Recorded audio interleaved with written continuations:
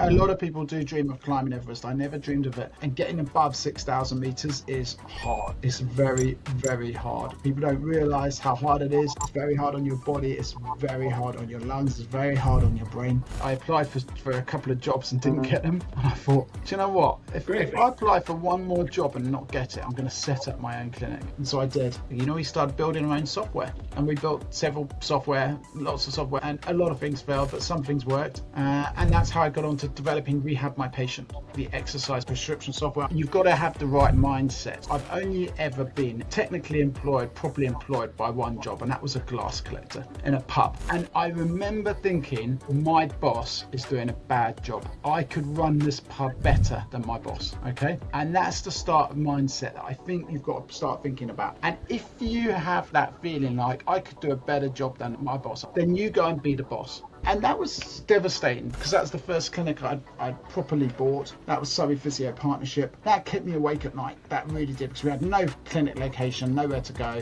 And I realised a couple of my staff had stabbed me in the back. So AI has a limitation right now, and will always have a limitation in that it's not human, and it doesn't have human interaction. People will want to see a human and be treated by a human. In our industry, they will. We're safe for the future.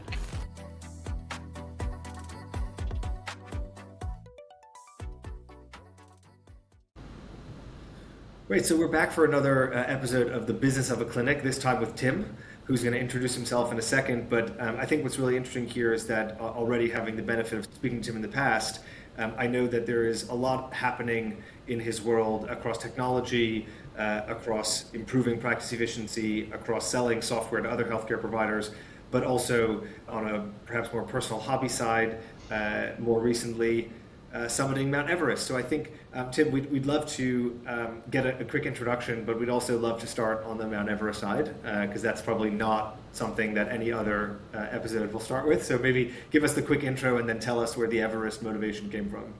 Hi guys, my name's Tim Allardyce. I'm a UK-based physiotherapist and osteopath. I run the Surrey Physio Group and Rehab My Patient clinical software, where I'm clinical director at both. And we do a lot of tech, we do a lot of physio, and we provide physiotherapy across London, southeast England. And yes, I have recently just got back from summiting the amazing Mount Everest. So having never done that myself, although maybe now feeling slightly inspired to, what is like, you just wake up one morning and you say, today is the day we're gonna start training for Mount Everest. A long-standing dream. What was motivation to get into that? A lot of people do dream of climbing Everest. I never dreamed of it. What happened was, a few years ago, we went on a road trip. My wife and family. We hired a motorhome and we drove around the west coast of Scotland. And it was an amazing trip. And we met on an island in Scotland, off in the Hebrides. We met a Sherpa who summited Mount Everest 6 times, a guy called Sherpa, and he was running a exhibition in a church with prayer flags and Nepalese stuff he was selling to raise money for his family back at home.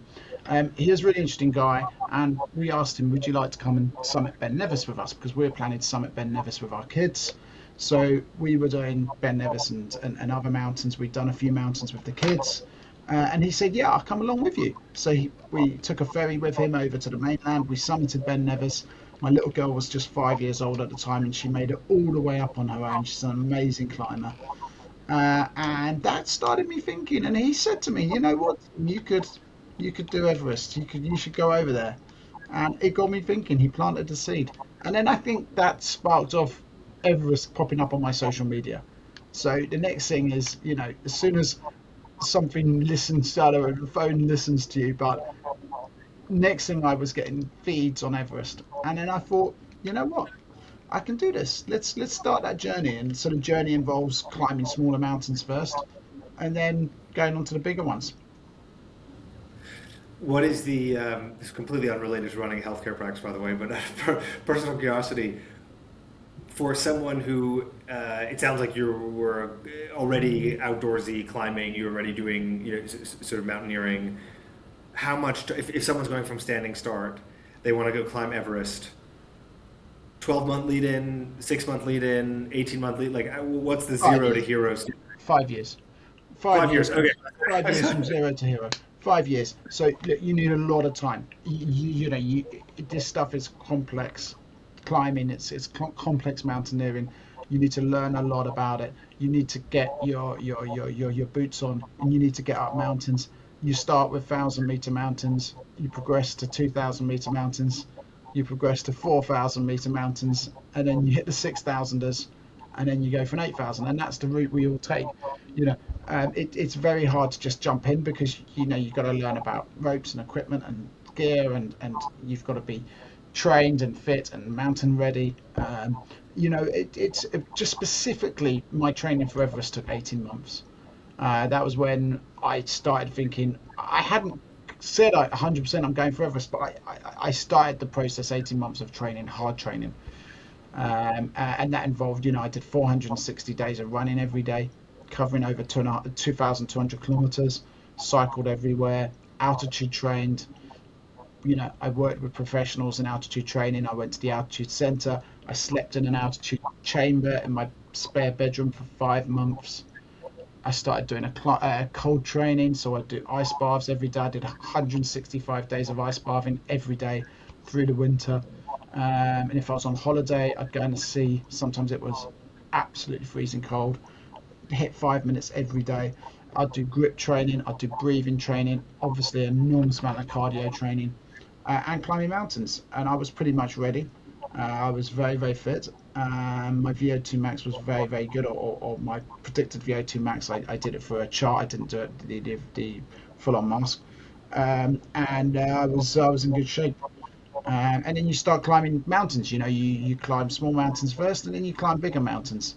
So when you start getting to climb Everest, you need to have been in the 6 to 7,000 meter territory. You got to get high, and getting above 6,000 meters is hard. It's very, very hard. People don't realize how hard it is. It is very hard.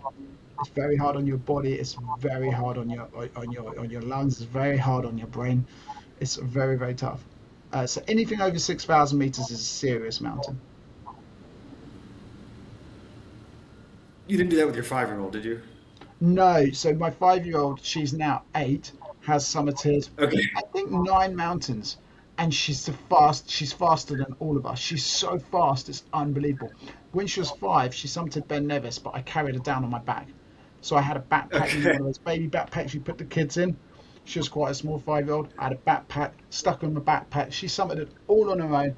I took her down. But my little boy was 7 at the time. He summited it on his own and got back down on his own. So we've done a lot of hiking with the kids. We walked all around the south coast of England, just after COVID. We've done a lot of walking with the kids. Our kids are super fit, and we love being outdoors. We love being away from screens.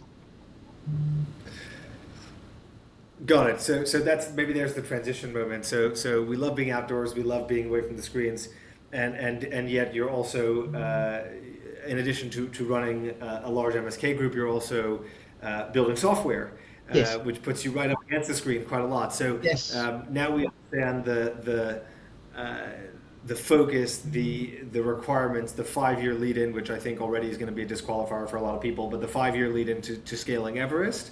And now in the day job, where you're not in specialized sleep chambers and you're not in ice baths, you're running a multi-site MSK group, and you're also building and developing software for MSK leadership. So just sort of paint us a picture, if you don't mind, which one came first, which one came next, like what are the sort of different hats that you wear in your day job? so we first came setting up clinics. So I guess you know what? I only fell into setting up physio clinics, because I applied for a couple of jobs and didn't get them, and I thought, do you know what? Great. If I apply for one more job and not get it, I'm going to set up my own clinic. Yeah, I applied for 2 jobs, and one job I did get. I applied for a couple of jobs, didn't get them. Applied for another job, so I was really keen to be a lecturer. I applied for a job doing some lecturing and clinic tutoring. I didn't get that. I applied for another job in a clinic in Crawley. I didn't get that, and I said I'm going to do one more job, and I applied for it. I lasted 1 week, and I was basically told not to come back. because apparently I'd done something which had somehow upset the receptionist. I have no idea what, but she moved my patients. I had 4 patients booked in. She moved them to another practitioner, and the clinic owner didn't know what was going on and said, "I'm not sure this is going to work out, Tim." I have no idea. I still to this day have no idea what I did. Anyway, so that job disappeared, and that was a real shame. And I said, right, sod this, I'm going to set up my own clinic, and so I did. And then the rest is like, I could have been in education my whole life. If I'd got that job at the university that I applied for, which I was desperately hoping to get, I'd have been in education my whole life, probably, possibly, I don't know. And so it's funny how when one door closes, potentially it provides an opportunity. So sometimes you think that things happen, maybe they happen for a reason, or maybe you can turn a negative into a positive. So I couldn't get a job. I was fed up with the system. I thought I'm going to set up my own clinic. It was easier back in those days to set up. There was less competition, and I set up in 2005. And that was these days. We were like the first physio set up clinic in Croydon. The first decent sized clinic in Croydon. So we had a great opportunity, and things were easier. The tax system, the support for businesses, the growth, it was easier, I think. And then we got involved in tech. We started building our own software, and we built lots of software. I mean, I built apps, I built websites. I own hundreds of domain names, and I built websites. A lot of them failed. I wrote ebooks, they all failed. We were trying everything techie, and a lot of things failed, but some things worked. And that's how I got on to developing Rehab My Patient, the exercise prescription software. I'm now clinical director of Rehab My Patient. So it's an exercise prescription software that Surrey Physio created. And we're now used nationally, across a lot of clinics. We're used in a large number of NHS trusts, ranging from Southern to Devon to Gloucester to Somerset to up to as far north as Lanarkshire and Forth and up in Scotland. So we've got a wide footprint on Rehab My Patient, and it's absolutely amazing, brilliant. Now AI powered exercise software, so we have an AI in there, so you can literally type a prompt and it will create an exercise program, and it's really cool. Got it. Okay, so there's a lot to work with there. So I guess I'm sort of curious because it's actually not the first time I've heard well, actually it's probably very believable. Not the first time I've heard the story of as a what I call like a clinician entrepreneur, right? The person who tries to go work in someone else's clinic and says the shoe does not fit, and so I'm going to go do this myself. We hear this story a lot from clinic entrepreneurs or clinician entrepreneurs who just sort of get to that point where they say, you know what, I just can't. I can do it better. I can do it faster. I can do it differently, and I'm not finding the fit elsewhere. So I guess take us into the emotional backdrop, like when you are starting that first site, like day one, building from zero. The first thing to say, right, is you've got to have the right mindset. So the thing is this: I've only ever been technically employed, properly employed by one job, and that was a glass collector in a pub. Okay.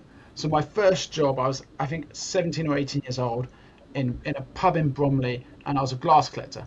And I can't remember, I think I earned £3 an hour or something like that. And anyway, and I remember thinking, my boss is doing a bad job. I could run this pub better than my boss, okay? And that's the start of mindset that I think you've got to start thinking about. And if you have that feeling like I could do a better job than my boss, I don't think my boss is great, I don't think he's doing a good job, then you go and be the boss, right? Go and set up your business. Go and do it better. This is a DNA thing for you. You're 17 or 18-year-olds. You're working your first job. Yeah. Unrelated to healthcare. You've got this sense of something doesn't feel right. I've got a sense of I could do better than what my boss is doing. I can raise the bar. You have two choices at that point, and if you have that feeling, you can do a better job than your boss. You can do a better job, and you don't like how to, in this case, the pub was being run. Yeah. then either sit down, shut up, and accept it, or go and do it. If you think you can do a Okay, better so job, go and do it. And that's what I did. So when I left, and then I was starting in this mindset of actually, maybe I should be running my own business. so that okay, got it. I understand the genesis. I understand the mindset, which predated your work in healthcare. There was this sense of, okay, I can do it better. I can do it differently. Now you're opening doors. You're starting that journey. It's the very beginning. What what keeps you up at night? What's the emotional roller coaster? I mean, I think a lot of people who have either started or who have been part of senior teams that have gone on to build big healthcare provider organizations, either in MSK specialty care or at private hospital level, wherever it might be, they will have those things that they can't sleep because of, the things that keep them up at night. What are your, I mean, maybe they've changed now, but what were your, I can't sleep because of this in day one, and maybe now, day 1,000, day 10,000? What has the journey been like of I can't sleep because of this? Well, right now, I never have a problem sleeping. And Okay. except when I'm at 7,900 meters on Everest, that's a different story. Just show you my little. Someone a school gave me this beautiful gift for doing a prize giving a couple of weeks ago. I've just put it up on my wall. So beautiful. It's a signature from Sir Edmund Hillary, the first person to summit Mount Everest. Um, Look, so nothing keeps me awake at night. I sleep like a baby, and I have no stress and no worries about anything that's happening. But it wasn't always that case. I remember one time when one of them took over my clinic from his premises. It was a really bad situation. He basically set up his own clinic. We we issued notice on our lease because we felt it was been far too much. Expected he would negotiate, and he didn't. He went behind my back, spoke to some of our physios, agreed to take up and set up a new clinic with a couple of my physios that we were employing, and then wouldn't negotiate. And I thought something's really wrong here. A couple of my staff were acting a bit odd, and they went behind my back and set up a new clinic from the same site with the same phone number, same address, and they had a patient list. And that was devastating because that was the first clinic I'd properly bought. That was Surrey Physio Partnership, and that kept me awake at night. That really did, because we had no clinic location, nowhere to go, and I realised a couple of my staff had stabbed me in the back, and that was really really upsetting. And I remember I couldn't sleep properly for 3 to 6 months, and I had a really horrible pain in my stomach, a stress pain, like a deep stomach ache that I just didn't want to eat properly. I don't know what it was. I don't think it was depression, but I think it was just stress. Um, and that's the last time I remember not being able to sleep properly. And that's the growth you go through as clinic owners. There's always issues with landlords. So that issue with a landlord was a horrible situation. I tried to sell the clinic back to him for £18,000 that I bought for £85,000, and he said no. And I thought, why wouldn't you do that? I said, I'll get out. You can have the clinic, but please give us some money for it. And he said no. He was a very entrepreneurial guy himself, and but again, that provided an opportunity, because at that point I said, I don't want to be a leaseholder again. I don't want to keep leasing properties, so I'll start buying my own properties. So we leased the next one, made it successful, and then I started buying properties. Now we own, I think, 6 of our own clinic premises, 5 or 6. Hard to, I think 6, maybe 6. So we bought the buildings, and so now I have a property portfolio. So no one can take those properties off us. It's completely secure because I got stitched up by a landlord, and I said, never again. I'm never going through that feeling again. I'm going to buy our own properties. It's interesting. I hear you tell that story, and so I'm thinking back to when I was opening clinic. We opened our first clinic in London, middle of COVID, which was a terrible time to open a clinic. Yeah, And the clinic the premises that we took over used to be a fish store, like a pet store. And so, fish store has a lot of humidity, obviously, the tanks and everything running.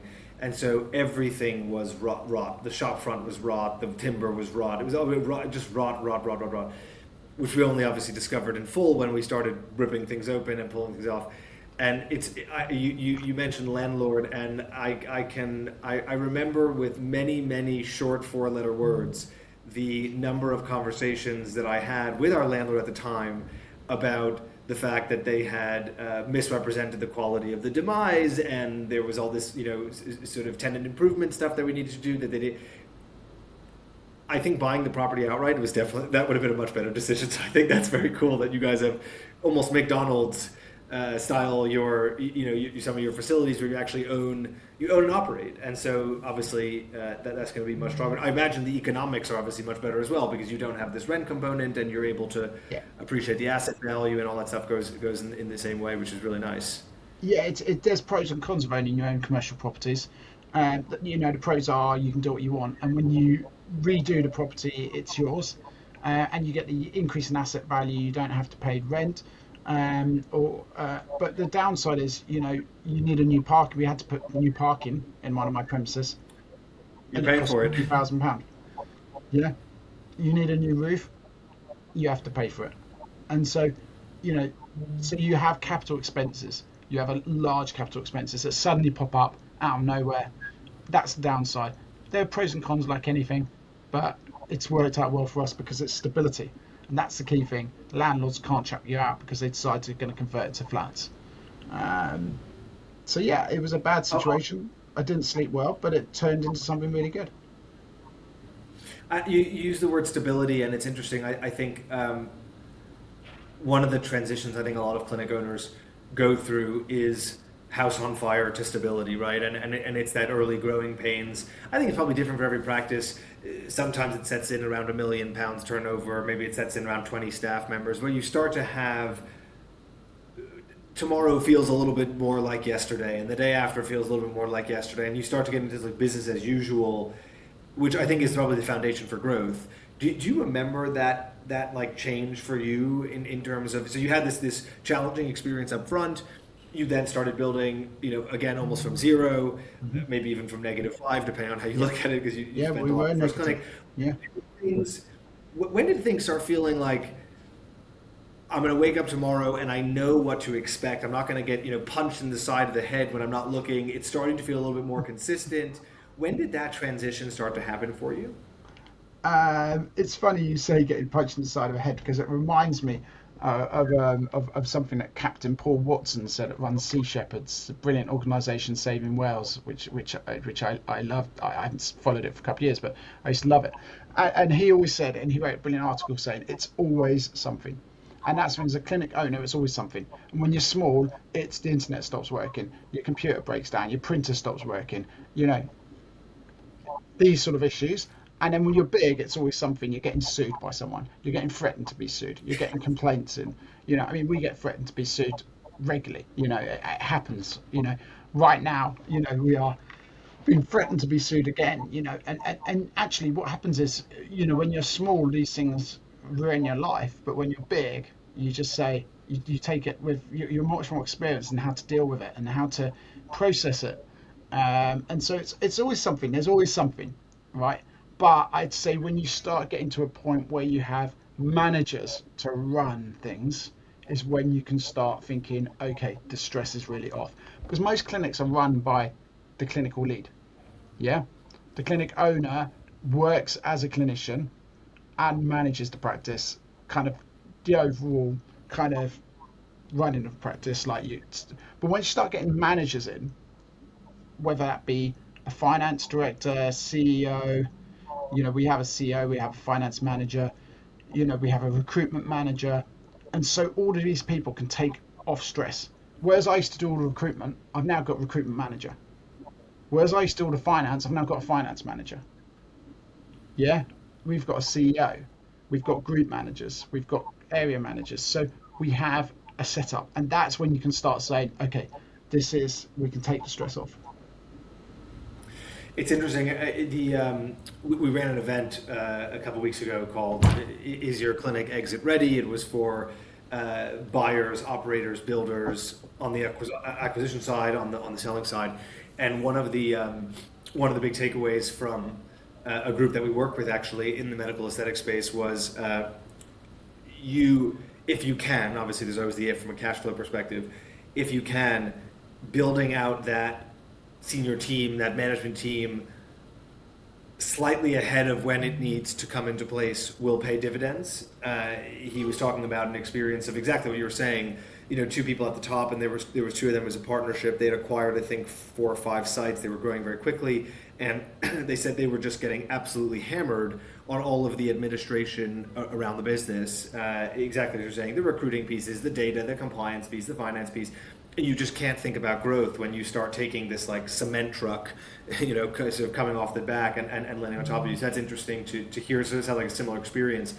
I am sort of curious. So when you start to build out that management team, and I think that's a lot of people sort of get burned on that, making the wrong hires first, or making one or two of the wrong hires.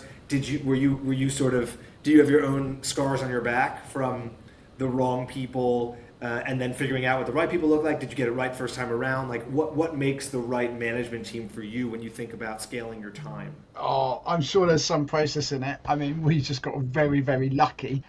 Okay. It just turned out that, my now group manager that's been with me for probably just under 20 years, she was working at a clinic in Caterham. I had this amazing manager. She said, I'm at a local clinic, 10 miles away. And I sat down and we hired her straight away. And she stayed with me almost 20 years, and we're great family friends. It's just amazing. She's still with us, even though she's retired. She still does 3 days a week with us, and she's still my great manager, wonderful woman. And I got lucky, yeah. And you just build a team, hopefully that works with you. Yeah, we got a great manager, and then we took on a business development manager, amazing guy, great guy, and then he was the catalyst to really growth, because he took on my ideas. And I said, look, I got this concept. Can you make this happen? So he was our business development manager. He took the business and developed it, and then became our CEO. And he stayed with me, and he's been incredible. Just become probably one of my best friends. So I think you can get very, very lucky. And if you get great people, you really can fly. And I've seen businesses get absolutely ruined by hiring the wrong people. And it can completely destroy your business. So it's really, really tricky. You just hope those people move on. It's interesting the way you talk about some of your senior team. In both cases, you've said we've become friends, like we've become great friends, we've become great family friends. They've been with me for many, many years. Yeah. It's interesting. I remember my own experience running clinic. I different story for a different time, but I spent some time working in like commercial food retail early in my life, and I remember working alongside the kitchen. Right, and the kitchen in a commercial kitchen is a very high pressure setting, is very hands on, and there's a real thing about like collective flow. You really feel it in a kitchen. When the kitchen is moving as one, you can have 20 people in there, 30 people in there, but it works like a factory line, and it's almost like 30 people, like a sports team, like 30 people moving in one direction. I Yeah. remember in clinic, I unfortunately did not have the experience you just had. We made a few very wrong hires. We got really burned by that, and then we made some great hires afterwards. So we got very lucky, but it took 1 or 2 rounds to get there. And I think when we got there, I think I would probably have said, actually, I do say many things that you just said about your senior team, which was these are people that like. I'd give them the keys to my house, I'd give them the keys to my car, I'd let them go pick up my kids from school.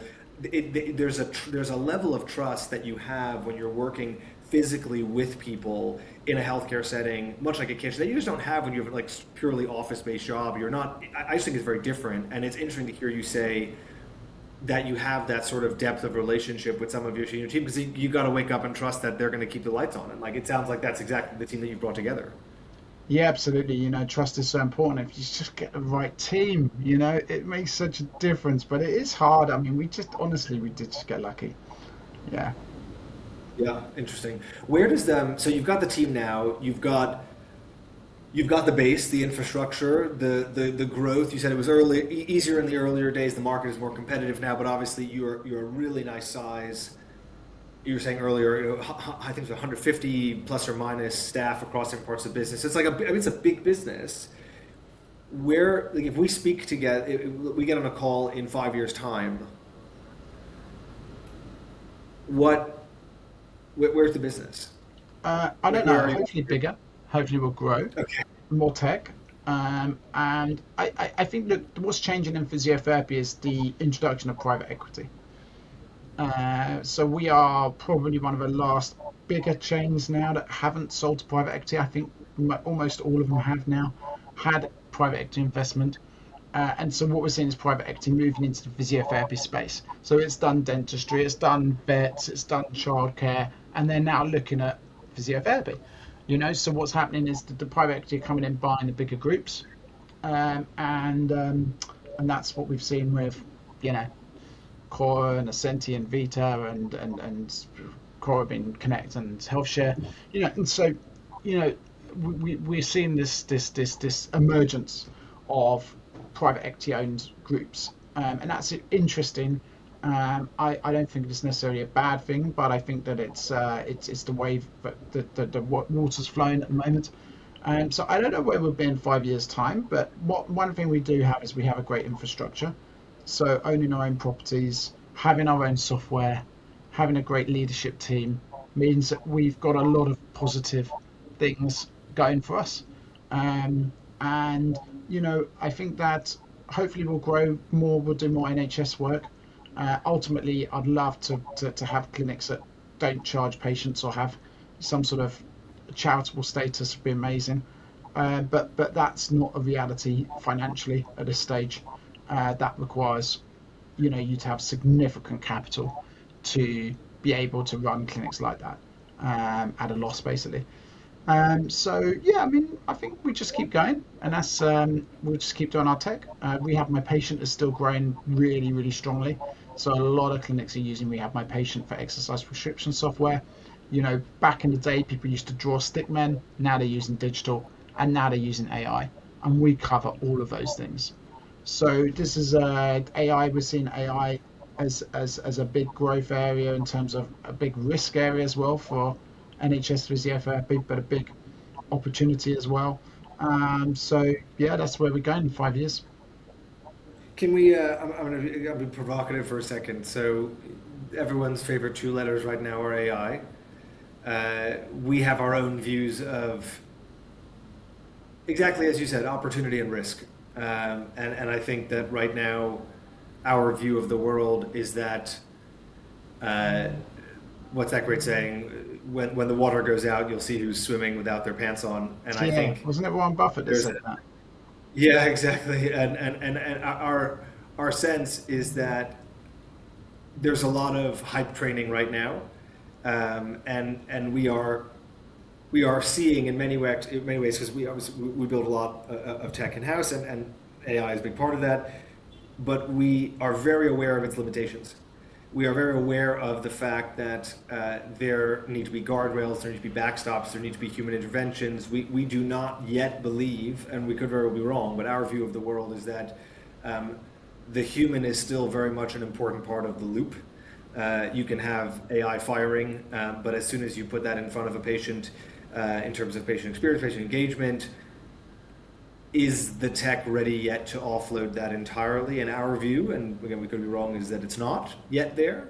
I am curious in terms of, I guess, wearing the two hats that you have, the healthcare provider hat and the technologist hat. How do you see where is AI in the readiness, on the readiness spectrum of ready to be self-driving, right? Like the Tesla example, like is it Mm, the Roadster, is it the yeah, self-driving car? Like where is it right now in your view? we're development right now, and actually, you know what? AI is not completely ready. It's not.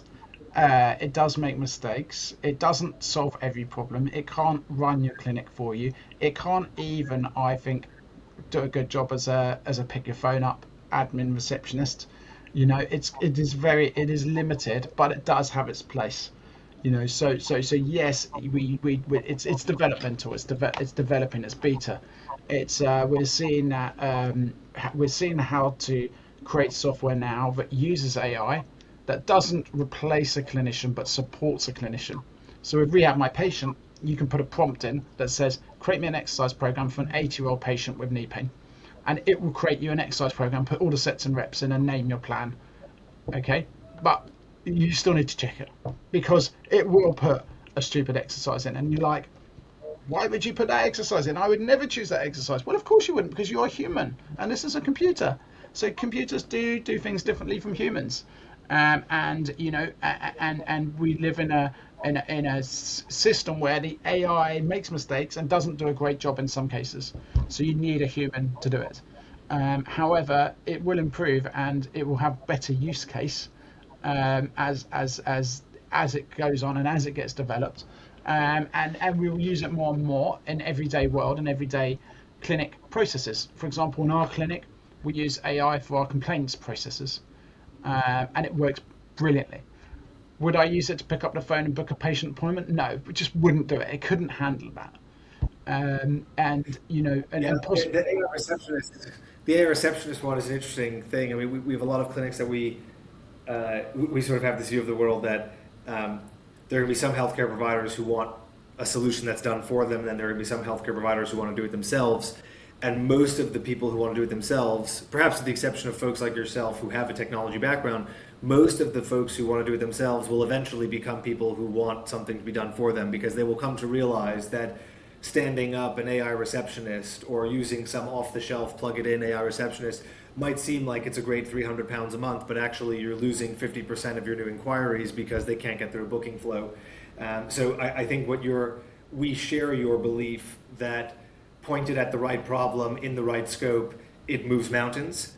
But you really need to set that train track down. You really need to make sure that it is clear, the expectations, the guardrails, the proof points are there, because it turns out patient operations is not easy. It's not a returning your shoes on an online purchase, where you just send it back and get a new code. So I think that's interesting to hear that even with your knowledge and upfrontness in the technology you're building, so in some ways you're sort of a front runner and saying we're building our own tech, and you're also saying, but hold on a minute, let's be clear on where this thing actually can move the needle. And it sounds like the jury is still out for you. I mean, the key question to ask yourself is, tell me the real clinical use cases of AI right now. I can only think of two, right, for physios and osteopaths and chiros and source masseurs. Number one, clinical dictation software that writes your notes. And it's not perfect, but it's pretty good. Okay. And number two, exercise prescription via Rehab My Patient. I'm not sure anyone else is doing it, but Rehab My Patient does AI. So you can put a prompt in and it will create you an exercise plan, right? Or you can put your own exercise in and click a button and it will put in the sets and reps. So it just saves you time, right? I can't think of any other use cases for a clinician. Are there any other use cases for a physio using AI?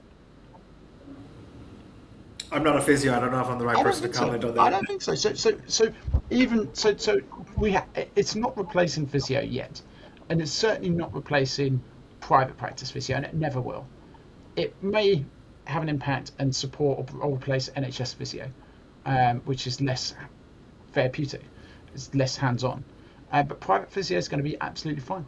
So AI has a limitation right now, and it will always have a limitation in that it's not human, and it doesn't have a human interaction, and people will want to see a human and be treated by a human.